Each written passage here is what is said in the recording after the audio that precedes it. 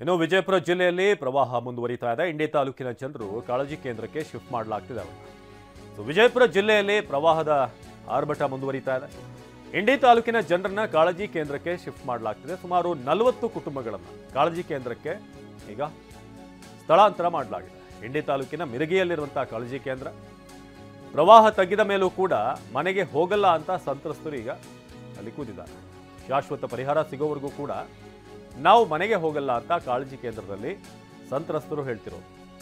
ಇದು ವಿಜಯಪುರ ಜಿಲ್ಲೆಯಲ್ಲಿ ಮುಂದುವರೆದಂತಹ ಪ್ರವಾಹ ನೋಡ್ತಾ ಇದ್ದೀರಾ. ಮನೆ ಸುತ್ತಮುತ್ತ ಹೇಗೆ ನೀರು ನಿಂತಿತ್ತು ಅಂತ. ಸ್ವಲ್ಪ ಪ್ರವಾಹ ತಗ್ಗಿದ್ರೂ ಕೂಡ ಕಾಳಜಿ ಕೇಂದ್ರದಲ್ಲಿರುವಂಥವ್ರು ನಾವು ಪ್ರತಿ ವರ್ಷ ಇದನ್ನೇ ನೋಡ್ತಾ ಇದ್ದೀವಿ. ಮಳೆ ಬಂದಾಗ ನಮ್ಮನ್ನು ಸ್ಥಳಾಂತರ ಮಾಡೋದು, ಮತ್ತೆ ವಾಪಸ್ ಅದೇ ಜಾಗಕ್ಕೆ ಹೋಗೋದು, ಮತ್ತೆ ಮಳೆ ಬರುತ್ತೆ, ಪ್ರವಾಹ, ಇದನ್ನೇ ನಾವು ನೋಡಿ ನೋಡಿ ಸಾಕಾಗಿದೆ ನಮಗೆ. ಹಾಗಾಗಿ ಒಂದು ಶಾಶ್ವತ ಪರಿಹಾರವನ್ನು ಒದಗಿಸಿ ಅಂತ 40 ಕುಟುಂಬಗಳು ಶಿಫ್ಟ್ ಆಗಿದೆ. ಅದರಲ್ಲಿ ಭಾಳಷ್ಟು ಮಂದಿ ಹೇಳ್ತಿದ್ದಾರೆ. ನಮ್ಮ ಪ್ರತಿನಿಧಿ ಅಶೋಕ್ ಒಂದು ಪ್ರತ್ಯಕ್ಷ ವರದಿ ಕೊಟ್ಟಿದ್ದಾರೆ, ಬನ್ನಿ ನೋಡೋಣ. ಒಂದೆಡೆ ಭೀಮಾ ನದಿ ಪ್ರವಾಹದ ರೂಪದಲ್ಲಿ ಬಂದು ಜನರ ಜೀವವನ್ನು ಹಿಡ್ತಾ ಇದೆ. ಮತ್ತೊಂದೆಡೆ ಇದೇ ಪ್ರವಾಹ ಪ್ರತಿ ಬಾರಿ ಕೂಡ ನಮ್ಮ ಜೀವನಕ್ಕೆ ಬರೆ ಆಗ್ತಾ ಇದೆ ಅನ್ನೋ ಒಂದು ಮಾತನ್ನ ಸಂತ್ರಸ್ತ ಹೇಳ್ತಿದ್ದಾರೆ. ನಾವೀಗ ಮಿರ್ಗಿ ಗ್ರಾಮ ಅಂದರೆ ಇಂಡಿ ತಾಲೂಕಿನ ಮಿರ್ಗಿ ಗ್ರಾಮದ ಕಾಳಜಿ ಕೇಂದ್ರದಲ್ಲಿದ್ದೀವಿ. ಇಲ್ಲಿ ಸುಮಾರು 40ಕ್ಕೂ ಅಧಿಕ ಕುಟುಂಬಗಳ ಒಂದು ಸದಸ್ಯರನ್ನು ಇಲ್ಲಿ ಸ್ಥಳಾಂತರ ಮಾಡಲಾಗಿದೆ. ಪ್ರತಿ ಬಾರಿ ಸಹ ಇವರು ಪ್ರವಾಹ ಬಂದಾಗ ಇವರಿಗೆ ಕಾಳಜಿ ಕೇಂದ್ರವೇ ಆಶ್ರಯ ತಾಣವಾಗಿ ಇಲ್ಲಿ ಪರಿಣಮಿಸ್ತಾವಿದೆ. ಇಲ್ಲಿ ಜನರ ನೋವು ಏನಪ್ಪ ಅಂತಂದರೆ 2011ರಲ್ಲಿ ನಮಗೆ ಏನು ಈ 40 ಕುಟುಂಬಗಳಿಗೆ ಸ್ಥಳಾಂತರ ಮಾಡೋಕ್ಕೆ ನಿವೇಶನಗಳನ್ನು ಸರ್ಕಾರದಿಂದ ನೀಡಲಾಗಿತ್ತು. ಆದರೆ ಇಲ್ಲಿವರೆಗೂ ಅರ್ಹ ಫಲಾನುಭವಿಗಳಾದ ನಮಗೆ ನಿವೇಶನ ಸಿಕ್ಕಿಲ್ಲ. ಅದು ಉಳ್ಳವರ ಪಾಲಾಗಿದೆ. ಹಾಗಾಗಿ ನಮಗೆ ಯಾವಾಗ ನಮ್ಮ ಸಮಸ್ಯೆಗೆ ಸರ್ಕಾರ ಸ್ಪಂದಿಸುತ್ತೆ, 40 ಕುಟುಂಬಗಳು ಏನು ಪಾಪ ಮಾಡಿದ್ವಿ ಅನ್ನೋ ಒಂದು ನೋವನ್ನು ಇಲ್ಲಿಯ ಜನರು ಈಗ ವ್ಯಕ್ತಪಡಿಸ್ತಾ ಇದ್ದಾರೆ. ಯಾಕಂತಂದರೆ 2009ರಲ್ಲಿ ಕಂಡರಿಯದ ಭೀಕರ ಪ್ರವಾಹಕ್ಕೆ ವಿಜಯಪುರ ಜಿಲ್ಲೆ ಈಡಾಗಿತ್ತು. ಆಗ ಅಪಾರ ಪ್ರಮಾಣದಲ್ಲಿ ಪ್ರವಾಹ ಉಂಟಾದ ಕಾರಣದಿಂದಾಗಿ ನೂರಾರು ಹಳ್ಳಿಗಳ ಜನರು ಸಮಸ್ಯೆಗೆ ಈಡಾಗಿದ್ದರು. ಅದೇ ರೀತಿ ಮಿರ್ಗಿ ಗ್ರಾಮ ಕೂಡ ಭೀಕರ ಪ್ರವಾಹಕ್ಕೆ ಈಡಾಗಿ ಜನಜೀವನ ವ್ಯಸ್ತಗೊಂಡಿತ್ತು. ಈ ನಿಟ್ಟಿನಲ್ಲಿ ಏನು ಜಲಾವೃತವಾದ ಇಲ್ಲಿಯ ಗ್ರಾಮದ 40 ಕುಟುಂಬಗಳಿಗೆ ಬೇರೆಡೆ ಅಂದರೆ ಎತ್ತರದ ಪ್ರದೇಶದಲ್ಲಿ ಸರ್ಕಾರದಿಂದ ನಿವೇಶನ ನೀಡಲಾಗಿತ್ತು. ಆದರೆ ಇಲ್ಲಿವರೆಗೂ ಆ ಮನೆ ಇವರಿಗೆ ನಿವೇಶನ ಸಿಕ್ಕಿಲ್ಲ. ಪ್ರತಿ ಸಾರಿ ಪ್ರವಾಹ ಬಂದಾಗ ನಮಗೆ ಕಾಳಜಿ ಕೇಂದ್ರವೇ ಆಶ್ರಯ, ನಮಗೆ ದಿಕ್ಕು ಅನ್ನೋ ಮಾತನ್ನು ಇವ್ರು ಹೇಳ್ತಾ ಇದ್ದಾರೆ. ಇಲ್ಲಿ ಗ್ರಾಮದ ಜನ ಮತ್ತು ಮಹಿಳೆಯರಿದ್ದಾರೆ, ಅವ್ರು ಮಾತಾಡಿಸ್ತೀವಿ. ಏನೆಲ್ಲ ಸಮಸ್ಯೆ ಆಗ್ತದೆ ನಿಮಗೆ?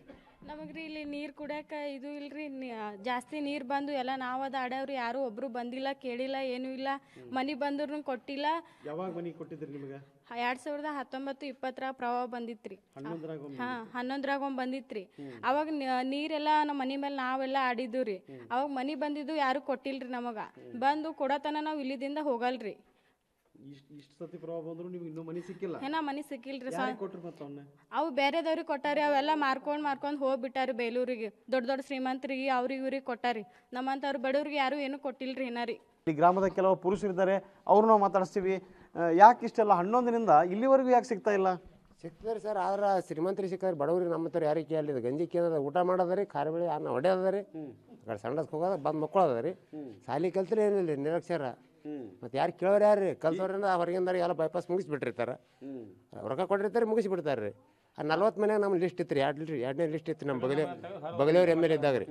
ಬಗಲಿಯವ್ರು ಎಮ್ ಎಲ್ ಇದ್ದಾಗ ನಮ್ಮ ಶ್ರೀಮಂತ ಕಸಿಯವ್ರು ಎಲ್ಲ ಮಾಡಿದ್ದಾರೆ. 3ನೇ ಲಿಸ್ಟ್ನಾಗ ನಮ್ಮ ತೆಗೆದು ಬೇರೆ ಬೇರೆ ಹೆಸರು ಕೂತ್ಬಿಟ್ರು ರೀ. ಅಂದ್ರೆ ನೀವೇನು ಹೇಳ್ತೀರಿ, ಪ್ರವಾಹದಲ್ಲಿ ಮುಳುಗಡೆ ಆಗಿರುವ ಏನು ಸಂತ್ರಸ್ತರನ್ನು ಬಿಟ್ಟು ಬೇರೆ ದಾರಿಗೆ ಕೊಟ್ಟಿದಾರ, ಮತ್ತು ಈಗ ನಮಗೆ ಕೊಡ್ಬೇಕಂತ ನೀವು ಒತ್ತಾಯ ಮಾಡಕತ್ತೀರಿ? ನಮ್ಗೆ ಬೇಕಿಲ್ಲ ಸರ್, ಕೊಟ್ರ ಕೊಡ್ರಿ, ಕುಡ್ಲಿಕ್ಕಂದ್ರೆ ಅನ್ಕತ್ತಾರ. ಗೌರ್ಮೆಂಟ್ ಶಾಲೆಗೆ ಮಕ್ಕಳ ಶಾಲ್ಯಾಗ ಶಾಲೆ ಅಂತೂ ಬಿಟ್ಟು ಹೋಗಲ್ರಿ. ಸಾರಿ ಈ ಸಾರಿ ಬಿಟ್ಟು ಬಿಟ್ಟು ಹೋಗಲ್ರಿ. ನಮ್ಗೆ ಏನು ಇಲ್ಲೇ ನಮ್ಮ ಸಮಾಧಾನ ಇಲ್ಲೇ ಕಟ್ಟಲ್ದಾಕ್ರಿ. ಇರ್ಲಿಕ್ಕೆ ಜಾಗ ಬೇಕಲ್ರಿ. ಅಲ್ಲಿ ನಮ್ಮ ಅಂದಂದ್ರೆ ನೀರು ಅವ ರೀ, ಆರಾಮ ಲೈಟ್ ಅದ್ರಿ, ಫ್ಯಾನ್ ಅದ್ರಿ, ಎಲ್ಲ ಇಲ್ಲಿ ಇರ್ತೇವ್ರಿ. ಅಂದ್ರೆ ನೀವು ಹೇಳ್ತೀರಿ ನಮಗೆ ನಿವೇಶನ ಕೊಡೋವರೆಗೂ ನಾವು ಇದನ್ನು ಬಿಟ್ಟು ಹೋಗಲ್ರಿ. ಇದು ಗ್ರಾಮದ ಜನರ ಮಾತು. ಏನಂತಂದರೆ ನಮಗೆ ನಿವೇಶನ ನೀಡಬೇಕು, ಸಂತ್ರಸ್ತರಿಗೆ ಕೊಡಬೇಕಾದ ನಿವೇಶನವನ್ನು ನಮಗೆ ಕೊಡೋವರೆಗೂ ನಾವು ಈ ಕಾಳಜಿ ಕೇಂದ್ರವನ್ನು ಬಿಟ್ಟು ಹೋಗಲ್ಲ. ಯಾವುದೇ ಕಾರಣಕ್ಕೂ ನಮ್ಮ ಬೇಡಿಕೆ ಈಡೇರಿಸಲೇಬೇಕೆನ್ನುವ ಒತ್ತಾಯವನ್ನು ಮಾಡ್ತಾ ಇದ್ದಾರೆ. ಕ್ಯಾಮ್ರಾಮನ್ ಹನುಮಂತ್ ಜೊತೆ ಅಶೋಕ್ ಅಡಳಿ, TV9 ವಿಜಯಪುರ.